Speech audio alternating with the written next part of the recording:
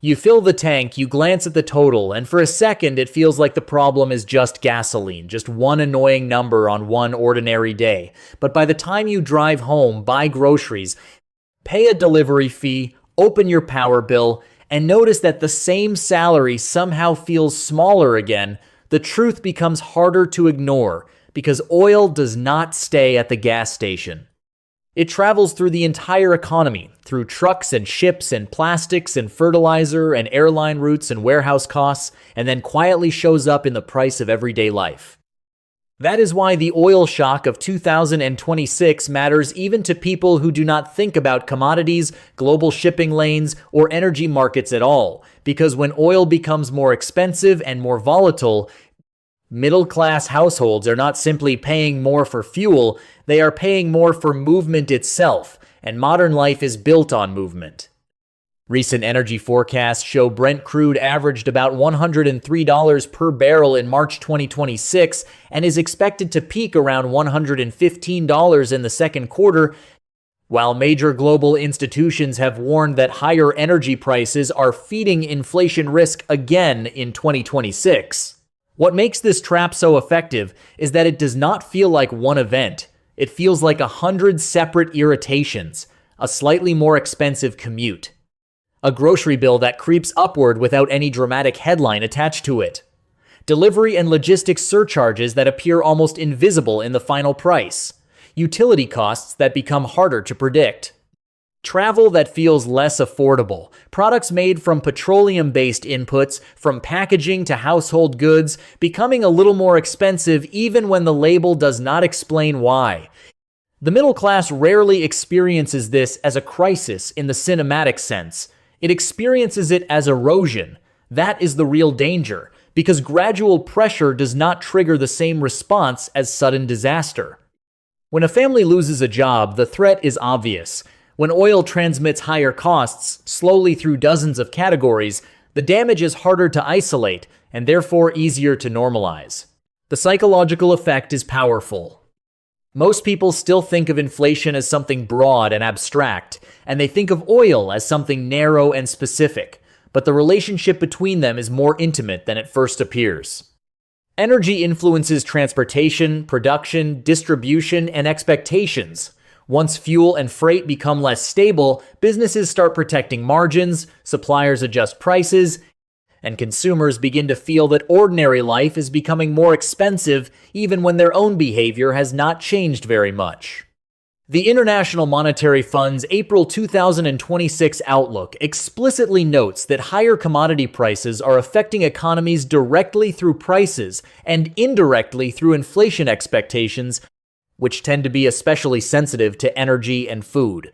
To see how this reaches a normal household, imagine a worker whose monthly take-home pay is $4,800.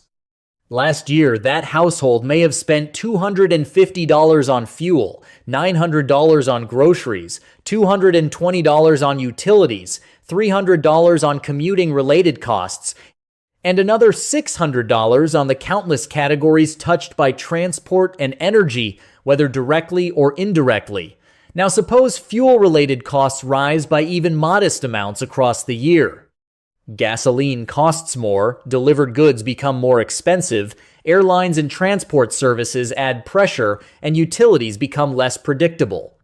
The household may not notice one catastrophic jump, but it may absorb an extra $40 here, $25 there, another $30 somewhere else, until the total monthly drain becomes $150 or $200.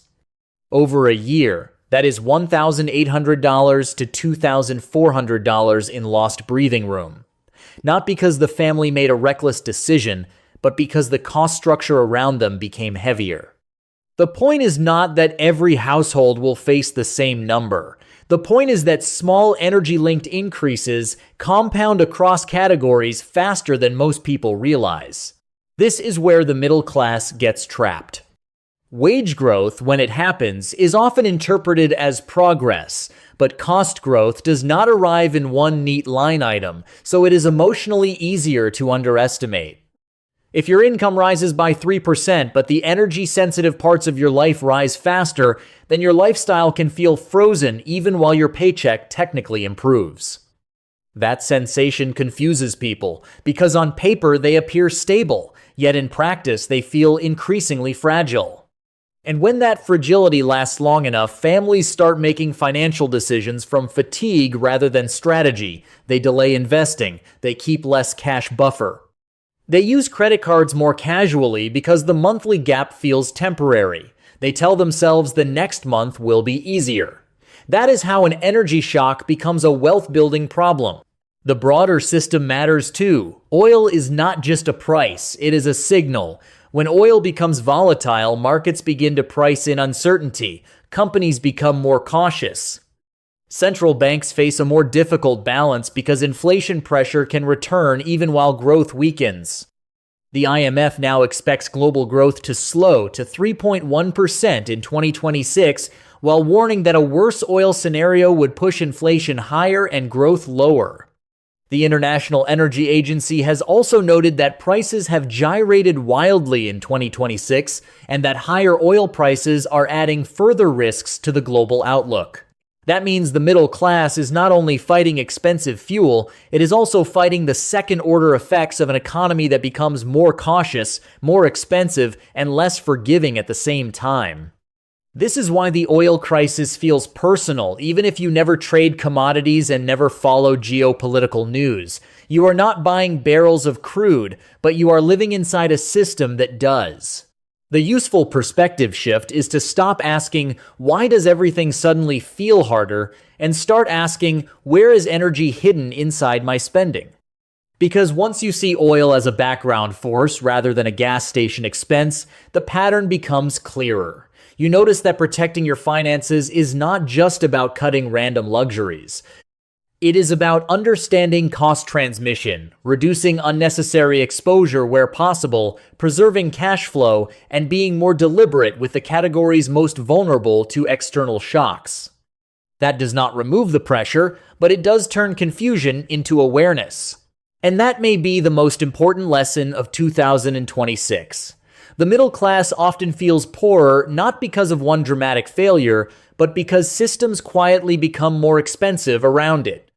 Oil is one of the clearest examples of that process. It moves through the economy, raises the temperature of ordinary costs, and then leaves households trying to solve a structural problem with personal guilt. The better response is not panic, it is clarity. Because once you understand how the system is reaching into your monthly life, you stop blaming yourself for every missing dollar. And you begin to see the real mechanics behind why your money is not stretching the way it used to.